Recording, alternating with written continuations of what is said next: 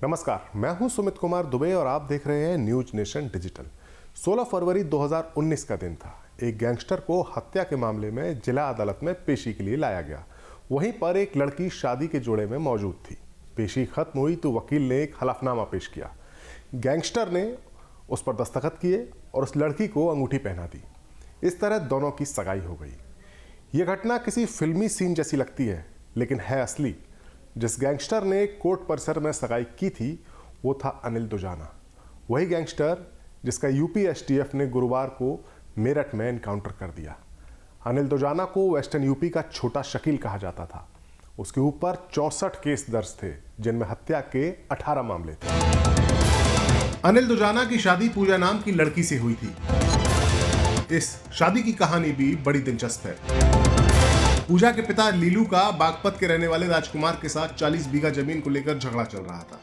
लीलू को धमकाने के लिए साल 2018 में राजकुमार ने अपनी दोनों बेटियों की शादी गाजियाबाद के ही गैंगस्टर हरेंद्र खड़खड़ी और उसके भाई से कर दी। इसके बाद इन लोगों ने लीलू को परेशान करना शुरू कर दिया। लीलू ने ठान लिया कि वो अपनी बेटी की शादी करेगा तो किसी गैंगस्टर से, और वो भी किसी बड़े गैंगस्टर से। उसने तलाश शुरू की और उसकी निगाह कुख्यात सुनील राठी पर अटैक करने वाले अनिल दुजाना पर पड़ी। लीलू ने दुजाना से बात पक्की कर ली। दुजाना उस समय महाराजगंज जेल में था। अब सवाल यह था कि शादी हो तो कैसे। दुजाना की अगली पेशी 16 फरवरी 2019 को सूरजपुर कोर्ट में थी। अनिल दुजाना को कोर्ट में पेशी के लिए लाया गया। पूजा भी दुल्हन बनकर पहुंच गई। दोनों ने वहीं पर अंगूठी पहनाकर सगाई कर ली। 2 साल बाद साल 2021 में जमानत पर बाहर आने के बाद दुजाना ने 7 फेरे लिए। अनिल दुजाना का असली नाम अनिल नागर था। वो ग्रेटर नोएडा में बादलपुर के दुजाना गांव का रहने वाला था। बाद में वो गांव के नाम से फेमस हो गया। ये वही गांव है जहां कभी डाकू सुंदर नागर रहा करता था। 70-80 के दशक में सुंदर डाकू का आतंक इतना रहता था कि उसने पूर्व प्रधानमंत्री इंदिरा गांधी तक को धमकी दे डाली थी। अनिल दुजाना ने गांव में चोरी की घटना से अपराध की शुरुआत की। उसके बाद 18 हत्याओं को अंजाम देकर वो लोगों के दिलों में दहशत भर चुका था। वो जेल में रहता था, तब भी लोग उसका खौफ खाते थे। 2016 में अनिल दुजाना ने राजनीति में भी हाथ आजमाए। जेल में रहते हुए ही जिला पंचायत सदस्य का पर्चा भर दिया। उसके मैदान में उतरने से कई प्रत्याशी पीछे हट गए, लेकिन संग्राम सिंह मैदान में डटा रहा। लेकिन उसे भी इतना खौफ रहता था कि वो बुलेट प्रूफ जैकेट पहनकर प्रचार करता था। 30 पुलिस वालों की फौज लेकर चलता था। इतने के बावजूद अनिल ने 10,000 वोटों से चुनाव जीत लिया। अनिल दुजाना का सपना जिला पंचायत अध्यक्ष बनने का था, लेकिन हाईकोर्ट की रोक की वजह से इस दौरान ये चुनाव नहीं हो सके और अनिल के अरमान अधूरे रह गए। अनिल ने अपनी पत्नी पूजा को जिला पंचायत अध्यक्ष का चुनाव निर्दलीय लड़ाने का मन बनाया था, लेकिन जयचंद प्रधान हत्याकांड में उसके खिलाफ एक और मुकदमा दर्ज होने के बाद पूजा ने पर्चा वापस ले लिया। अनिल दुजाना का इलाके में बड़ा खौफ था। जो भी उसके खिलाफ आवाज उठाता था उसे किनारे लगा दिया जाता था। अनिल का आतंक पश्चिमी यूपी के अलावा दिल्ली, राजस्थान, हरियाणा में भी था। बुलंदशहर पुलिस ने तो उसके ऊपर 25,000 रुपए का और नोएडा पुलिस ने 50,000 रुपए का इनाम रखा था। उस पर हत्या का पहला मुकदमा साल 2002 में गाजियाबाद के कविनगर थाने में दर्ज हुआ था। यह मामला हरिबीर पहलवान की हत्या का था।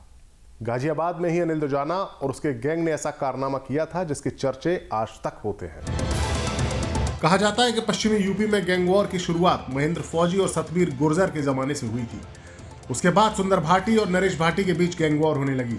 सुंदर भाटी ने साल 2004 में जिला पंचायत अध्यक्ष बन चुके नरेश भाटी की हत्या की थी। नरेश के भाई रणदीप और भांजे अमित कसाना ने बदला लेने की ठान ली। उन्होंने अनिल दुजाना को अपने साथ शामिल किया।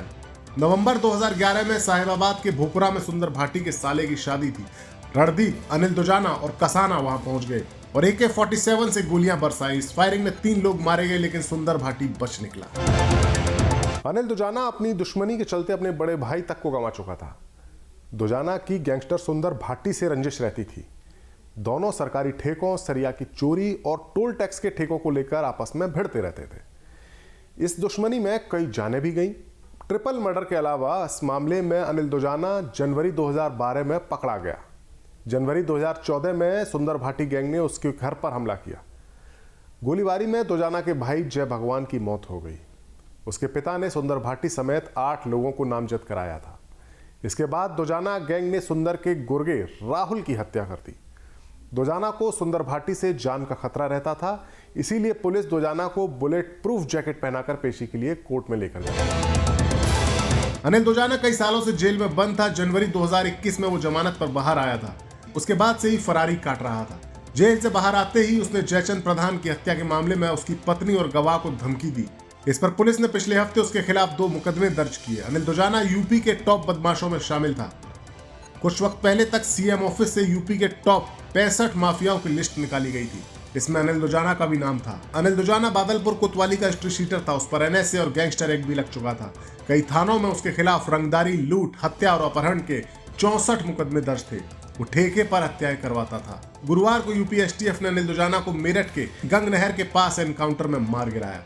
यूपी के ADG law and order Prashant Kumar ने एनकाउंटर की जानकारी देते हुए बताया कि अनिल दुजाना कार से अपने साथियों से मिलने जा रहा था। मुखबिर की सूचना पर एसटीएफ की टीम भी पहुंच गई और अनिल दुजाना के साथ आमना सामना हो गया और वो रास्ता बदल कर भागने लगा। इसी दौरान उसकी गाड़ी टकराकर रुक गई और पुलिस टीम पर फायरिंग करने लगा। उसकी तरफ से 15 से 20 राउंड फायरिंग की गई। पुलिस ने जवाबी फायरिंग की जिसमें अनिल दुजाना की मौत हो गई।